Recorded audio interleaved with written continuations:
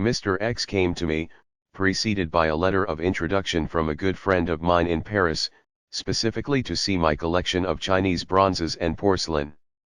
My friend in Paris is a collector, too. He collects neither porcelain, nor bronzes, nor pictures, nor medals, nor stamps, nor anything that could be profitably dispersed under an auctioneer's hammer. He would reject, with genuine surprise, the name of a collector. Nevertheless, that's what he is by temperament. He collects acquaintances. It is delicate work. He brings to it the patience, the passion, the determination of a true collector of curiosities. His collection does not contain any royal personages. I don't think he considers them sufficiently rare and interesting, but, with that exception, he has met with and talked to everyone worth knowing on any conceivable ground. He observes them, listens to them, penetrates them, measures them, and puts the memory away in the galleries of his mind. He has schemed, plotted, and traveled all over Europe in order to add to his collection of distinguished personal acquaintances.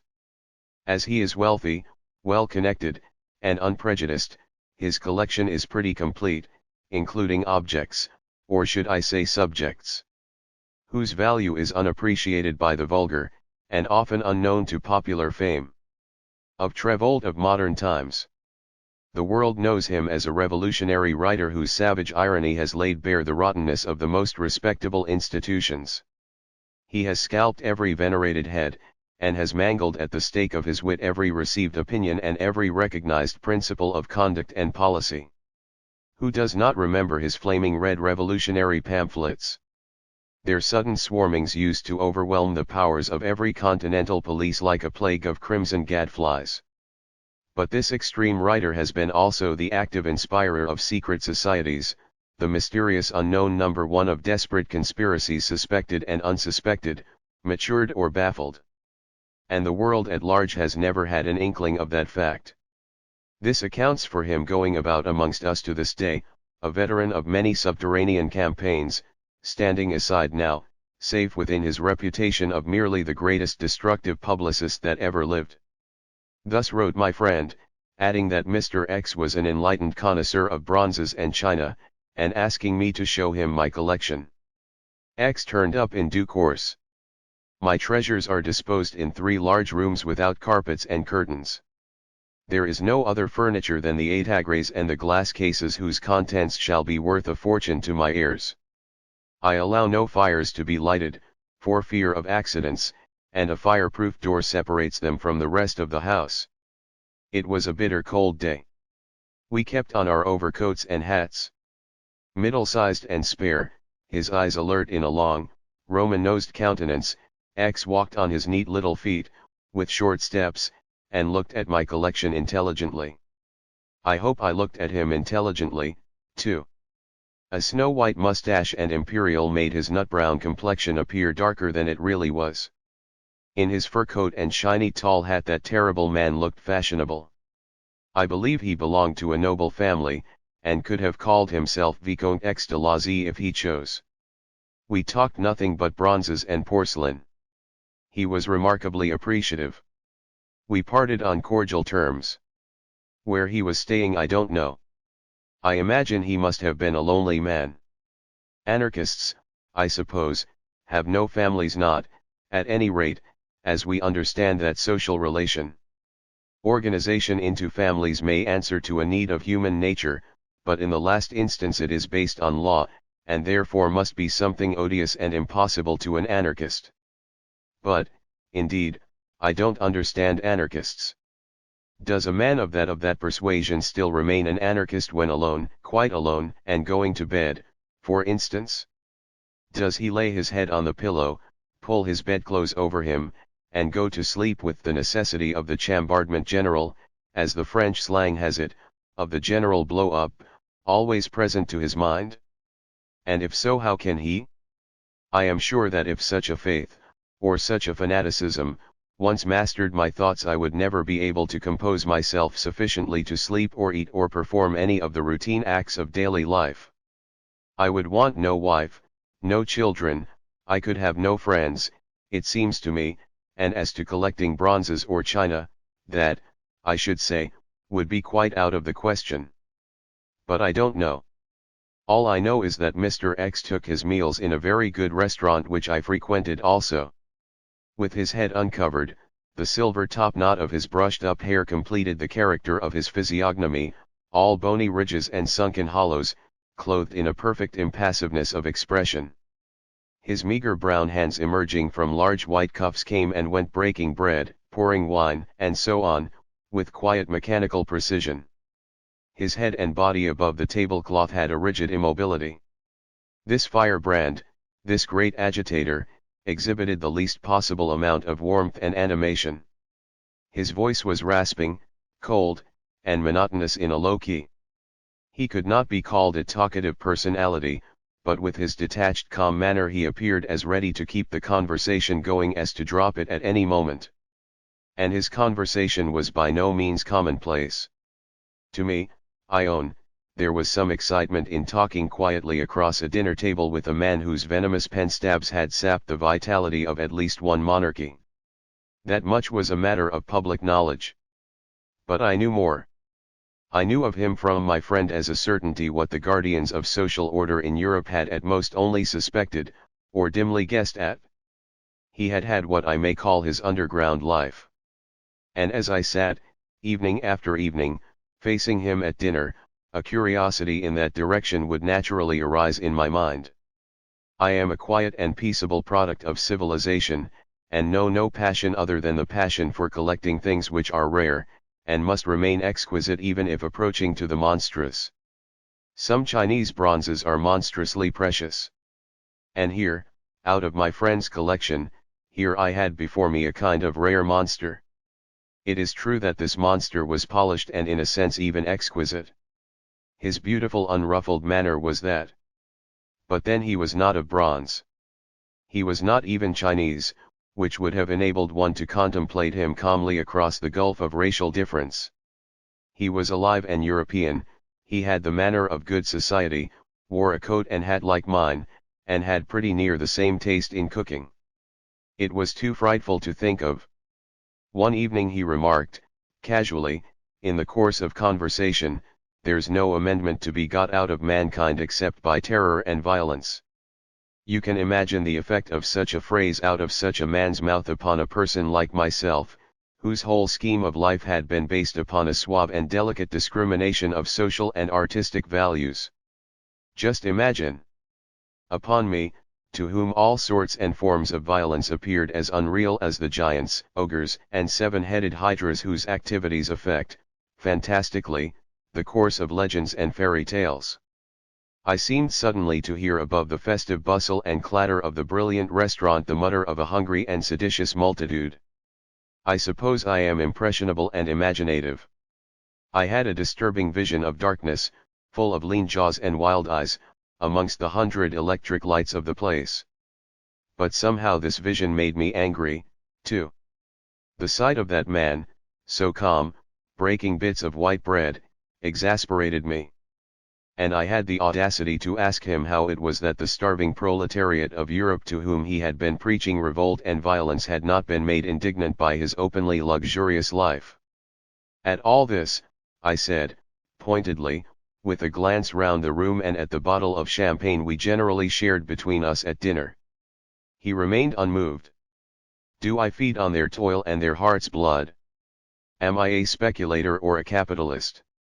Did I steal my fortune from a starving people? No. They know this very well. And they envy me nothing. The miserable mass of the people is generous to its leaders. What I have acquired has come to me through my writings, not from the millions of pamphlets distributed gratis to the hungry and the oppressed, but from the hundreds of thousands of copies sold to the well-fed bourgeoisie. You know that my writings were at one time the rage, the fashion, the thing to read with wonder and horror, to turn your eyes up at my pathos, or else, to laugh in ecstasies at my wit.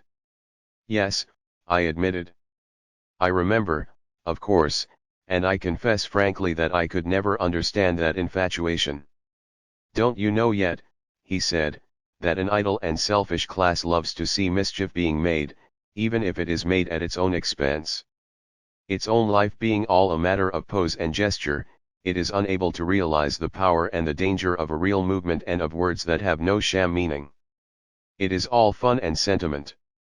It is sufficient, for instance, to point out the attitude of the old French aristocracy towards the philosophers whose words were preparing the Great Revolution. Even in England, where you have some common sense, a demagogue has only to shout loud enough and long enough to find some backing in the very class he is shouting at. You, too, like to see mischief being made. The demagogue carries the amateurs of emotion with him. Amateurism in this, that, and the other thing is a delightfully easy way of killing time, and feeding one's own vanity, the silly vanity of being abreast with the ideas of the day after tomorrow. Just as good and otherwise harmless people will join you in ecstasies over your collection without having the slightest notion in what its marvelousness really consists. I hung my head. It was a crushing illustration of the sad truth he advanced. The world is full of such people. And that instance of the French aristocracy before the Revolution was extremely telling, too. I could not traverse his statement, though its cynicism, always a distasteful trait, took off much of its value to my mind.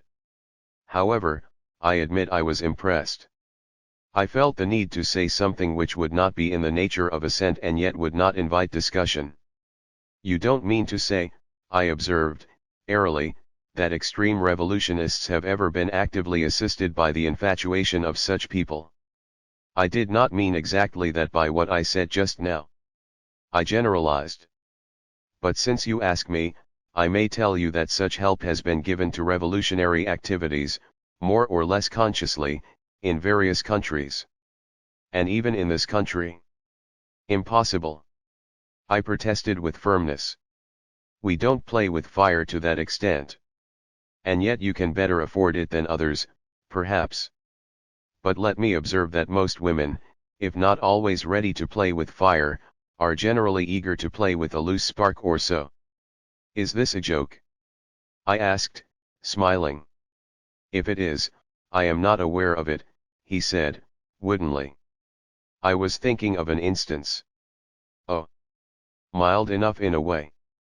I became all expectation at this. I had tried many times to approach him on his underground side, so to speak. The very word had been pronounced between us. But he had always met me with his impenetrable calm. And at the same time, Mr. X continued, it will give you a notion of the difficulties that may arise in what you are pleased to call underground work. It is sometimes difficult to deal with them. Of course there is no hierarchy amongst the affiliated. No rigid system. My surprise was great, but short-lived. Clearly, amongst extreme anarchists there could be no hierarchy, nothing in the nature of a law of precedence. The idea of anarchy ruling among anarchists was comforting, too. It could not possibly make for efficiency. Mr. X startled me by asking, abruptly, you know Hermione Street? I nodded doubtful assent. Hermione Street has been, within the last 3 years, improved out of any man's knowledge. The name exists still, but not one brick or stone of the old Hermione Street is left now. It was the old street he meant, for he said. There was a row of 2-storied brick houses on the left, with their backs against the wing of a great public building, you remember. Would it surprise you very much to hear that one of these houses was for a time the center of anarchist propaganda and of what you would call underground action? Not at all, I declared. Hermione Street had never been particularly respectable, as I remembered it. The house was the property of a distinguished government official, he added, sipping his champagne. Oh, indeed. I said, this time not believing a word of it. Of course he was not living there, Mr. X continued. But from 10 till 4 he sat next door to it, the dear man, in his well-appointed private room in the wing of the public building I've mentioned. To be strictly accurate, I must explain that the house in Hermione Street did not really belong to him. It belonged to his grown-up children, a daughter and a son. The girl, a fine figure, was by no means vulgarly pretty. To more personal charm than mere youth could account for, She added the seductive appearance of enthusiasm, of independence, of courageous thought. I suppose she put on these appearances as she put on her picturesque dresses, and for the same reason, to assert her individuality at any cost. You know, women would go to any length almost for such a purpose. She went to a great length. She had acquired all the appropriate gestures of revolutionary convictions, the gestures of pity, of anger, of indignation against the anti-humanitarian vices of the social class to which she belonged herself. All this sat on her striking personality as well as her slightly original costumes. Very slightly original, just enough to mark a protest against the philistinism of the overfed taskmasters of the poor. Just enough, and no more. It would not have done to go too far in that direction, you understand. But she was of age, and nothing stood in the way of her offering her house to the revolutionary workers. You don't mean it? I cried. I assure you, he affirmed, that she made that very practical gesture. How else could they have got hold of it? The cause is not rich. And, moreover, there would have been difficulties with any ordinary house agent, who would have wanted references and so on. The group she came in contact with while exploring the poor quarters of the town, you know, the gesture of charity and personal service which was so fashionable some years ago, accepted with gratitude. The first advantage was that Hermione Street is, as you know, well away from the suspect part of the town, specially watched by the police. The ground floor consisted of a little Italian restaurant, of the flyblown sort. There was no difficulty in buying the proprietor out. A woman and a man belonging to the group took it on. The man had been a cook. The comrades could get their meals there, unnoticed amongst the other customers. This was another advantage. The first floor was occupied by a shabby variety artists' agency, an agency for performers in inferior music halls, you know. A fellow called Bohm, I remember. He was not disturbed. It was rather favorable than otherwise to have a lot of foreign-looking people, jugglers, acrobats, singers of both sexes, and so on, going in and out all day long. The police paid no attention to new faces, you see. The top floor happened, most conveniently, to stand empty then. X interrupted himself to attack impassively, with measured movements, a bombe glacée which the waiter had just set down on the table. He swallowed carefully a few spoonfuls of the iced sweet, and asked me, "Did you ever hear of Stone's dried soup?" "Hear of what?" "It was," X pursued, evenly, "a comestible article once rather prominently advertised in the dailies, but which never, somehow, gained the favor of the public. The enterprise fizzled out, as you say here. Parcels of their stock could be picked up at auctions at considerably less than a penny a pound. The group bought some of it, and an agency for Stone's dried soup was started on the top floor. A perfectly respectable business. The stuff, a yellow powder of extremely unappetizing aspect, was put up in large square tins, of which 6 went to a case. If anybody ever came to give an order, it was, of course, executed. But the advantage of the powder was this, that things could be concealed in it very conveniently. Now and then a special case got put on a van and sent off to be exported abroad under the very nose of the policeman on duty at the corner. You understand?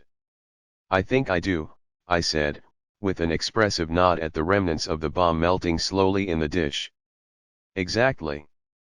But the cases were useful in another way, too. In the basement, or in the cellar at the back, rather, 2 printing presses were established. A lot of revolutionary literature of the most inflammatory kind was got away from the house in Stone's dried soup cases. The brother of our anarchist young lady found some occupation there. He wrote articles, helped to set up type and pull off the sheets, and generally assisted the man in charge, a very able young fellow called Svrin. The guiding spirit of that group was a fanatic of social revolution. He is dead now. He was an engraver and etcher of genius. You must have seen his work. It is much sought after by certain amateurs now. He began by being revolutionary in his art, and ended by becoming a revolutionist, after his wife and child had died in want and misery. He used to say that the bourgeoisie, the smug, overfed lot, had killed them. That was his real belief. He still worked at his art and led a double life. He was tall, gaunt, and swarthy, with a long, brown beard and deep-set eyes. You must have seen him. His name was Horn. At this I was really startled. Of course years ago I used to meet Horn about. He looked like a powerful, rough gypsy, in an old top hat, with a red muffler round his throat and buttoned up in a long, shabby overcoat. He talked of his art with exaltation, and gave one the impression of being strung up to the verge of insanity. A small group of connoisseurs appreciated his work. Who would have thought that this man? Amazing. And yet it was not, after all, so difficult to believe. As you see, X went on, this group was in a position to pursue its work of propaganda, and the other kind of work, too, under very advantageous conditions. They were all resolute, experienced men of a superior stamp. And yet we became struck at length by the fact that plans prepared in Hermione Street almost invariably failed. Who were we? I asked, pointedly. Some of us in Brussels at the center, he said, hastily. Whatever vigorous action originated in Hermione Street seemed doomed to failure. Something always happened to baffle the best planned manifestations in every part of Europe. It was a time of general activity. You must not imagine that all our failures are of a loud sort, with arrests and trials. That is not so. Often the police work quietly, almost secretly, defeating our combinations by clever counterplotting. No arrests, no noise, no alarming of the public mind and inflaming the passions. It is a wise procedure. But at that time the police were too uniformly successful from the Mediterranean to the Baltic. It was annoying and began to look dangerous. At last we came to the conclusion that there must be some untrustworthy elements amongst the London groups. And I came over to see what could be done quietly. My first step was to call upon our young lady amateur of anarchism at her private house. She received me in a flattering way. I judged that she knew nothing of the chemical and other operations going on at the top of the house in Hermione Street.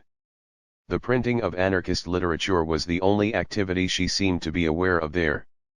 She was displaying very strikingly the usual signs of severe enthusiasm, and had already written many sentimental articles with ferocious conclusions. I could see she was enjoying herself hugely, with all the gestures and grimaces of deadly earnestness. They suited her big-eyed, broad-browed face and the good carriage of her shapely head, crowned by a magnificent lot of brown hair done in an unusual and becoming style. Her brother was in the room, too, a serious youth, with arched eyebrows and wearing a red necktie, who struck me as being absolutely in the dark about everything in the world, including himself. By and by a tall young man came in. He was clean-shaved with a strong bluish jaw and something of the air of a taciturn actor or of a fanatical priest, the type with thick black eyebrows, you know. But he was very presentable indeed. He shook hands at once vigorously with each of us. The young lady came up to me and murmured sweetly, "Comrade Svrin." I had never seen him before.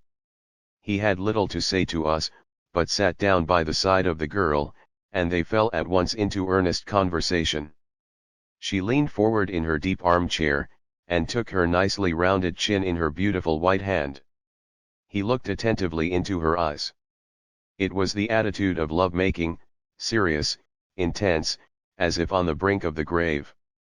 I suppose she felt it necessary to round and complete her assumption of advanced ideas, of revolutionary lawlessness, by making believe to be in love with an anarchist.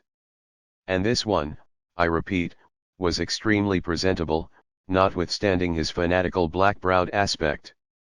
After a few stolen glances in their direction, I had no doubt that he was in earnest.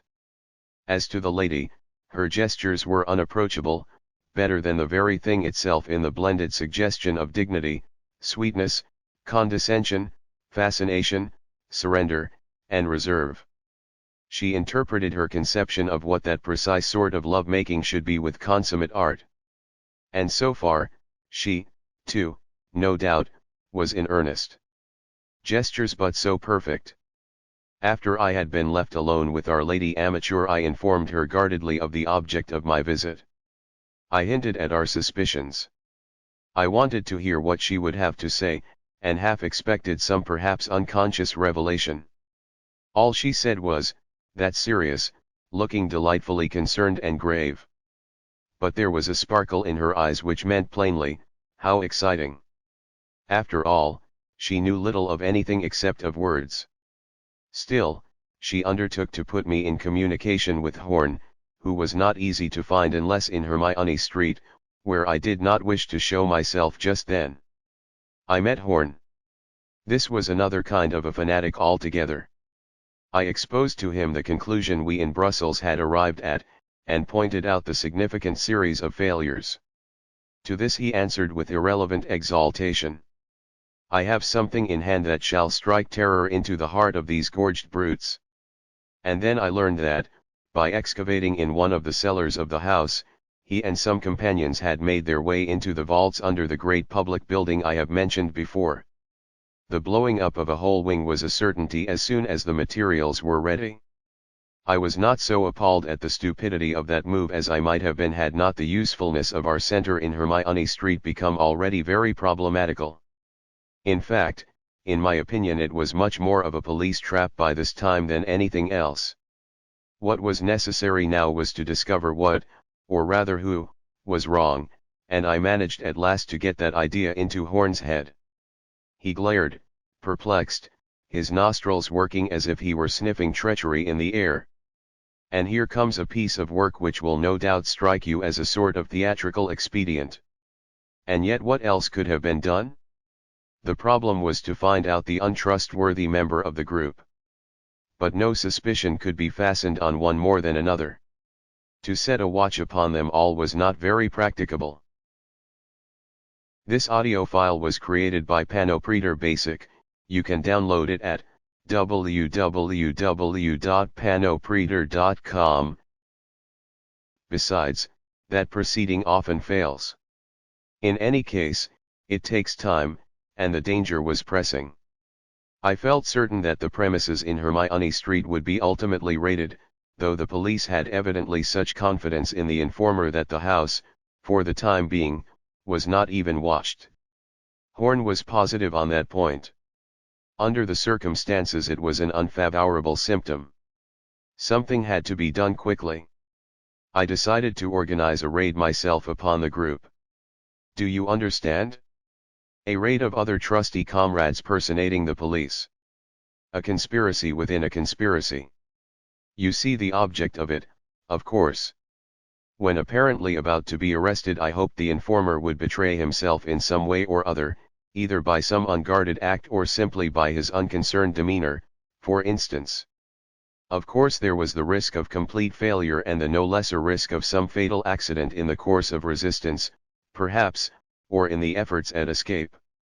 For, as you will easily see, the Hermione Street group had to be actually and completely taken unawares, as I was sure they would be by the real police before very long. The informer was amongst them, and Horn alone could be let into the secret of my plan. I will not enter into the detail of my preparations. It was not very easy to arrange, but it was done very well, with a really convincing effect. The sham police invaded the restaurant, whose shutters were immediately put up. The surprise was perfect. Most of the Hermione Street party were found in the second cellar, enlarging the hole communicating with the vaults of the great public building. At the first alarm, several comrades bolted through impulsively into the aforesaid vault, where, of course, had this been a genuine raid, they would have been hopelessly trapped. We did not bother about them for the moment. They were harmless enough. The top floor caused considerable anxiety to Horn and myself. There, surrounded by tins of Stone's dried soup, a comrade, nicknamed the Professor, he was an ex-science student, was engaged in perfecting some new detonators. He was an abstracted, self-confident, sallow little man, armed with large round spectacles, and we were afraid that under a mistaken impression he would blow himself up and wreck the house about our ears. I rushed upstairs and found him already at the door, on the alert, listening, as he said, to suspicious noises down below. Before I had quite finished explaining to him what was going on, he shrugged his shoulders disdainfully and turned away to his balances and test tubes. His was the true spirit of an extreme revolutionist. Explosives were his faith, his hope, his weapon, and his shield. He perished a couple of years afterwards in a secret laboratory through the premature explosion of one of his improved detonators. Hurrying down again, I found an impressive scene in the gloom of the big cellar. The man who personated the inspector, he was no stranger to the part, was speaking harshly, and giving bogus orders to his bogus subordinates for the removal of his prisoners. Evidently nothing enlightening had happened so far. Horn, saturnine and swarthy, waited with folded arms, and his patient, moody expectation had an air of stoicism well in keeping with the situation. I detected in the shadows one of the Hermione Street group surreptitiously chewing up and swallowing a small piece of paper. Some compromising scrap, I suppose, perhaps just a note of a few names and addresses. He was a true and faithful companion. But the fund of secret malice which lurks at the bottom of our sympathies caused me to feel amused at that perfectly uncalled-for performance. In every other respect the risky experiment, the theatrical coup, if you like to call it so, seemed to have failed. The deception could not be kept up much longer, the explanation would bring about a very embarrassing and even grave situation. The man who had eaten the paper would be furious. The fellows who had bolted away would be angry, too. To add to my vexation, the door communicating with the other cellar, where the printing presses were, flew open, and our young lady revolutionist appeared, a black silhouette in a close-fitting dress and a large hat, with the blaze of gas flaring in there at her back. Over her shoulder I perceived the arched eyebrows and the red necktie of her brother. The last people in the world I wanted to see then. They had gone that evening to some amateur concert for the delectation of the poor people, you know, but she had insisted on leaving early, on purpose to call in Hermione Street on the way home, under the pretext of having some work to do. Her usual task was to correct the proofs of the Italian and French editions of the alarm bell and the firebrand. Heavens! I murmured. I had been shown once a few copies of these publications. Nothing, in my opinion, could have been less fit for the eyes of a young lady. They were the most advanced things of the sort, advanced, I mean, beyond all bounds of reason and decency. One of them preached the dissolution of all social and domestic ties, the other advocated systematic murder. To think of a young girl calmly tracking printers' errors all along the sort of abominable sentences I remembered was intolerable to my sentiment of womanhood. Mr. X, after giving me a glance, pursued steadily. I think, however, that she came mostly to exercise her fascinations upon Svrin, and to receive his homage in her queenly and condescending way. She was aware of both her power and his homage and enjoyed them with, I dare say, complete innocence. We have no ground in expediency or morals to quarrel with her on that account. Charm in woman and exceptional intelligence in man are a law unto themselves. Is it not so? I refrained from expressing my abhorrence of that licentious doctrine because of my curiosity. But what happened then? I hastened to ask. X went on crumbling slowly a small piece of bread with a careless left hand. What happened, in effect, he confessed, is that she saved the situation. She gave you an opportunity to end your rather sinister farce, I suggested. Yes, he said, preserving his impassive bearing. The farce was bound to end soon. And it ended in a very few minutes. And it ended well. Had she not come in, it might have ended badly. Her brother, of course, did not count. They had slipped into the house quietly some time before. The printing cellar had an entrance of its own. Not finding anyone there, she sat down to her proofs, expecting Svrin to return to his work at any moment. He did not do so. She grew impatient, heard through the door the sounds of a disturbance in the other cellar and naturally came in to see what was the matter. Svrin had been with us. At first he had seemed to me the most amazed of the whole raided lot. He appeared for an instant as if paralyzed with astonishment. He stood rooted to the spot. He never moved a limb. A solitary gas jet flared near his head, all the other lights had been put out at the first alarm. And presently, from my dark corner, I observed on his shaven actor's face an expression of puzzled, vexed watchfulness. He knitted his heavy eyebrows. The corners of his mouth dropped scornfully. He was angry. Most likely he had seen through the game, and I regretted I had not taken him from the first into my complete confidence. But with the appearance of the girl he became obviously alarmed. It was plain. I could see it grow. The change of his expression was swift and startling. And I did not know why. The reason never occurred to me. I was merely astonished at the extreme alteration of the man's face. Of course he had not been aware of her presence in the other cellar, but that did not explain the shock her advent had given him. For a moment he seemed to have been reduced to imbecility. He opened his mouth as if to shout, or perhaps only to gasp. At any rate, it was somebody else who shouted. This somebody else was the heroic Conrad whom I had detected swallowing a piece of paper. With laudable presence of mind he let out a warning yell. "It's the police. Back. Back. Run back, and bolt the door behind you."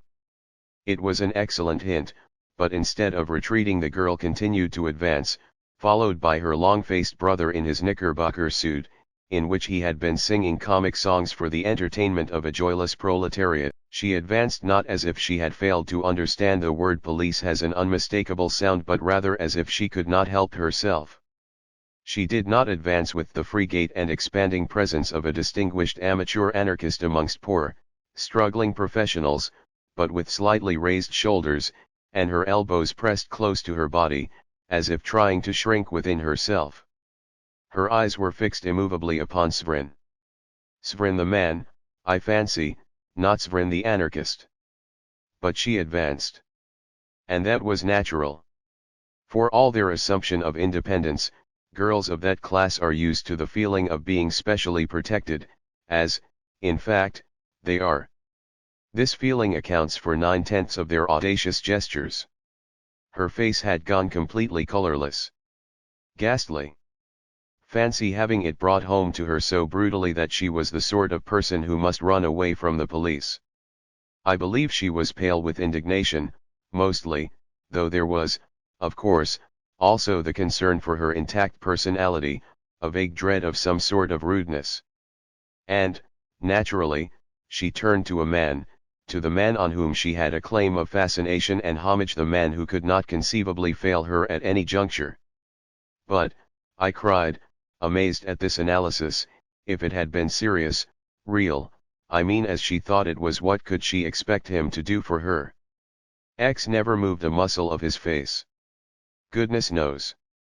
I imagine that this charming, generous, and independent creature had never known in her life a single genuine thought, I mean a single thought detached from small human vanities, or whose source was not in some conventional perception. All I know is that after advancing a few steps she extended her hand towards the motionless Svrin. And that at least was no gesture. It was a natural movement. As to what she expected him to do, who can tell? The impossible. But whatever she expected, it could not have come up, I am safe to say, to what he had made up his mind to do, even before that entreating hand had appealed to him so directly. It had not been necessary. From the moment he had seen her enter that cellar, he had made up his mind to sacrifice his future usefulness, to throw off the impenetrable, solidly fastened mask it had been his pride to wear. What do you mean? I interrupted, puzzled. Was it Svrin, then, who was He was the most persistent, the most dangerous, the craftiest, the most systematic of informers. A genius amongst betrayers. Fortunately for us, he was unique. The man was a fanatic, I have told you. Fortunately, again, for us, he had fallen in love with the accomplished and innocent gestures of that girl. An actor in desperate earnest himself, he must have believed in the absolute value of conventional signs. As to the grossness of the trap into which he fell, the explanation must be that two sentiments of such absorbing magnitude cannot exist simultaneously in one heart.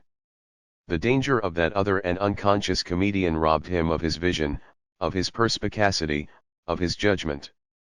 Indeed, it did at first rob him of his self-possession. But he regained that through the necessity, as it appeared to him imperiously, to do something at once. To do what? Why, to get her out of the house as quickly as possible. He was desperately anxious to do that. I have told you he was terrified. It could not be about himself. He had been surprised and annoyed at a move quite unforeseen and premature. I may even say he had been furious. He was accustomed to arrange the last scene of his betrayals with a deep, subtle art which left his revolutionist reputation untouched. But it seems clear to me that at the same time he had resolved to make the best of it, to keep his mask resolutely on.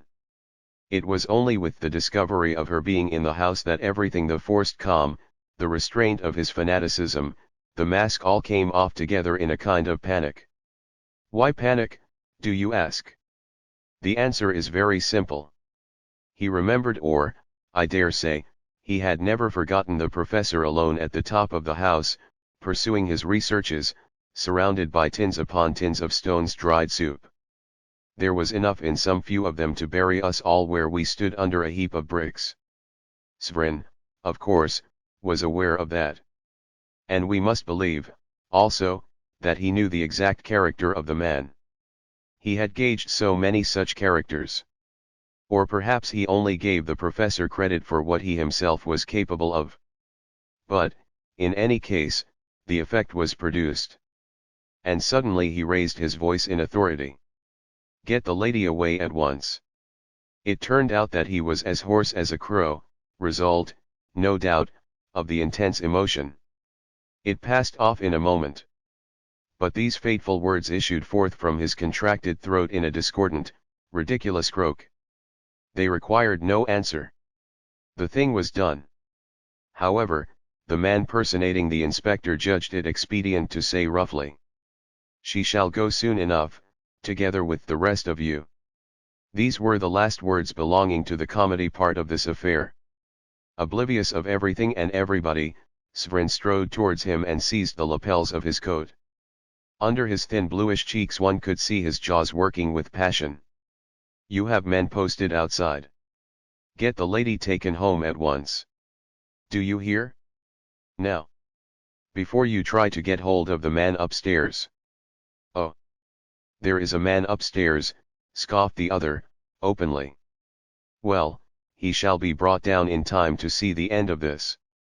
But Svrin, beside himself, took no heed of the tone. "Who's the imbecile meddler who sent you blundering here? Didn't you understand your instructions? Don't you know anything? It's incredible. Here." He dropped the lapels of the coat and, plunging his hand into his breast, jerked feverishly at something under his shirt.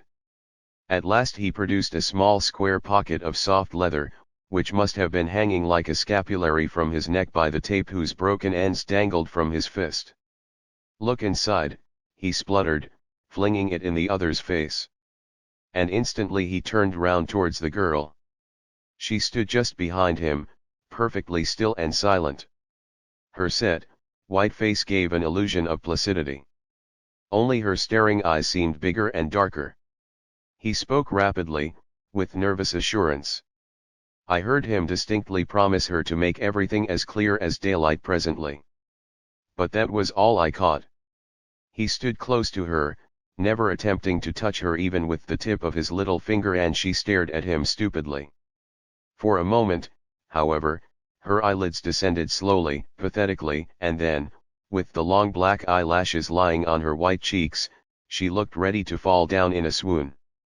But she never even swayed where she stood.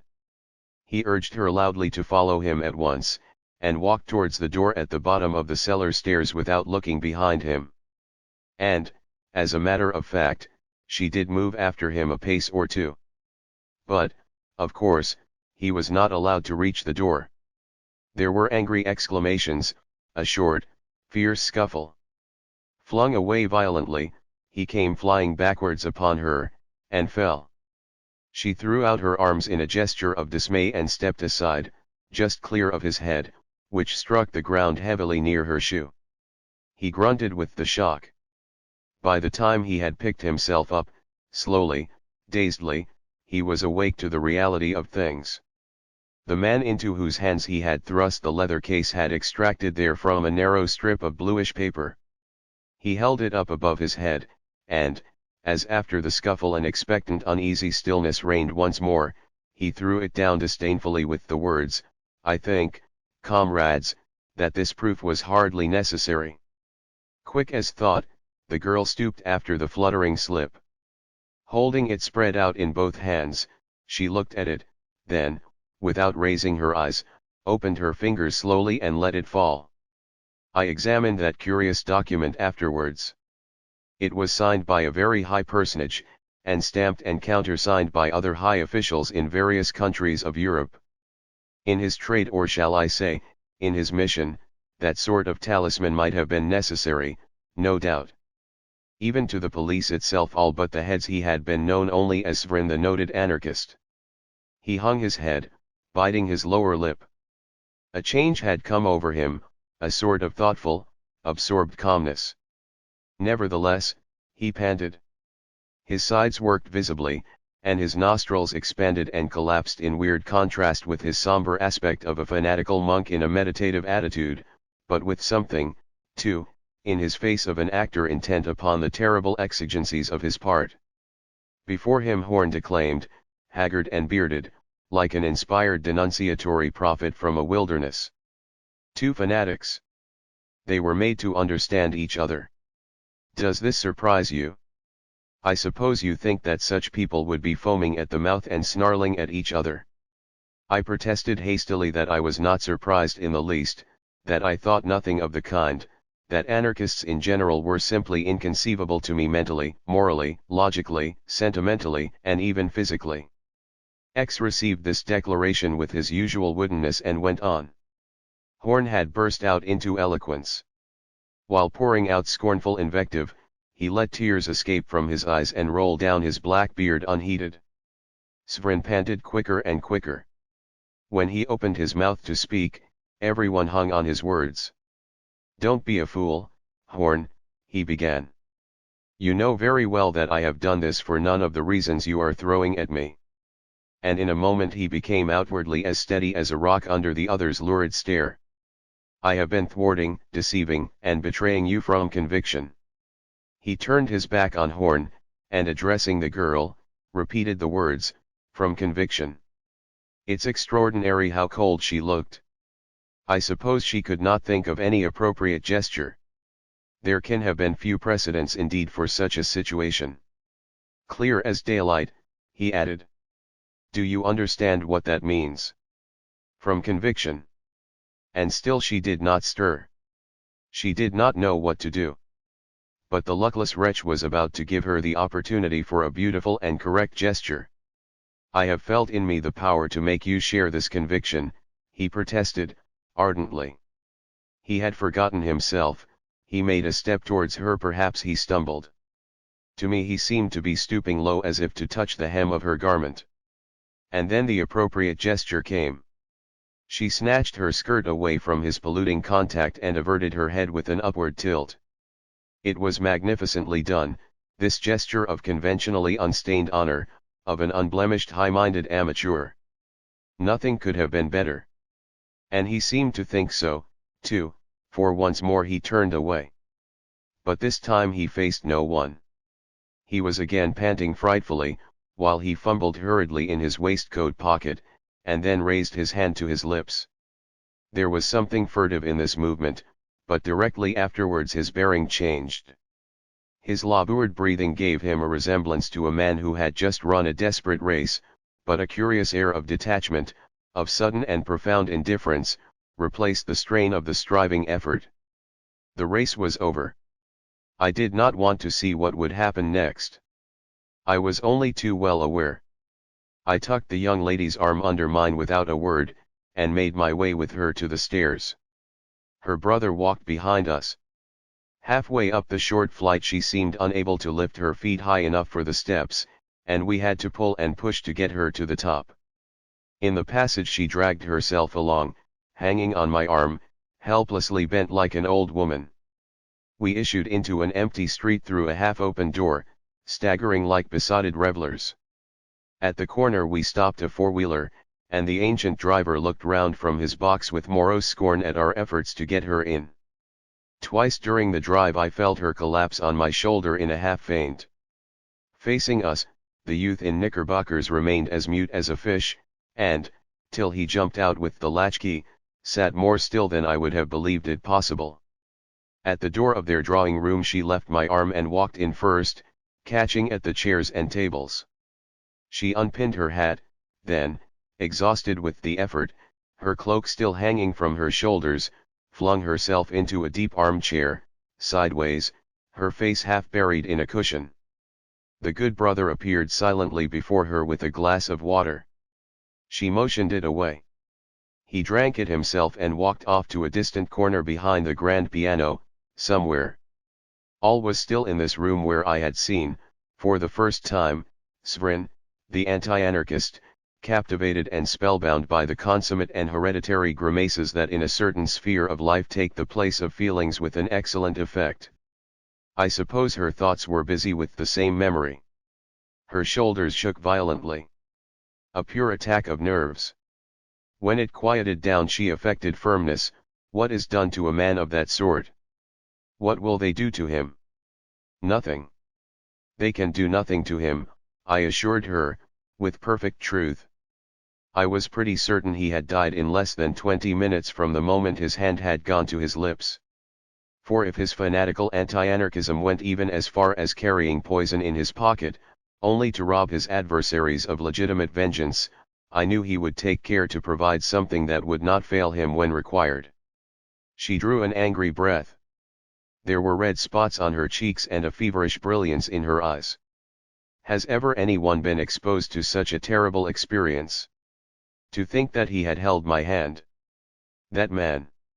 Her face twitched, she gulped down a pathetic sob. If I ever felt sure of anything, it was of Svrin's high-minded motives. Then she began to weep quietly, which was good for her. Then through her flood of tears, half resentful, what was it he said to me, from conviction. It seemed a vile mockery. What could he mean by it? That, my dear young lady, I said, gently, is more than I or anybody else can ever explain to you. Mr. X flicked a crumb off the front of his coat. And that was strictly true as to her. Though Horn, for instance, understood very well, and so did I, especially after we had been to Svrin's lodging in a dismal back street of an intensely respectable quarter. Horn was known there as a friend, and we had no difficulty in being admitted, the slatternly maid merely remarking, as she let us in, that Mr. Svrin had not been home that night. We forced open a couple of drawers in the way of duty, and found a little useful information. The most interesting part was his diary, for this man, engaged in such deadly work, had the weakness to keep a record of the most damnatory kind. There were his acts and also his thoughts laid bare to us. But the dead don't mind that. They don't mind anything. From conviction. Yes. A vague but ardent humanitarianism had urged him in his first youth into the bitterest extremity of negation and revolt. Afterwards his optimism flinched. He doubted and became lost. You have heard of converted atheists. These turn often into dangerous fanatics, but the soul remains the same. After he had got acquainted with the girl, there are to be met in that diary of his very queer politico-amorous rhapsodies. He took her sovereign grimaces with deadly seriousness. He longed to convert her. But all this cannot interest you. For the rest, I don't know if you remember, it is a good many years ago now, the journalistic sensation of the Hermione Street mystery, the finding of a man's body in the cellar of an empty house, the inquest, some arrests, many surmises, then silence, the usual end for many obscure martyrs and confessors. The fact is, he was not enough of an optimist. You must be a savage, tyrannical, pitiless, thick and thin optimist, like Horn, for instance, to make a good social rebel of the extreme type. He rose from the table. A waiter hurried up with his overcoat, another held his hat in readiness. But what became of the young lady? I asked. Do you really want to know? He said, buttoning himself in his fur coat carefully. I confess to the small malice of sending her Svrin's diary. She went into retirement, then she went to Florence, then she went into retreat in a convent. I can't tell where she will go next. What does it matter? Gestures. Gestures. Mere gestures of her class. He fitted on his glossy high hat with extreme precision, and casting a rapid glance round the room, full of well-dressed people, innocently dining, muttered between his teeth. And nothing else. That is why their kind is fated to perish. I never met Mr. X again after that evening. I took to dining at my club. On my next visit to Paris I found my friend all impatience to hear of the effect produced on me by this rare item of his collection. I told him all the story, and he beamed on me with the pride of his distinguished specimen. Isn't X well worth knowing? He bubbled over in great delight. He's unique, amazing, absolutely terrific. His enthusiasm grated upon my finer feelings. I told him curtly that the man's cynicism was simply abominable. Oh, abominable. Abominable, assented my friend, effusively. And then, you know, he likes to have his little joke sometimes, he added in a confidential tone. I fail to understand the connection of this last remark. I have been utterly unable to discover where in all this the joke comes in.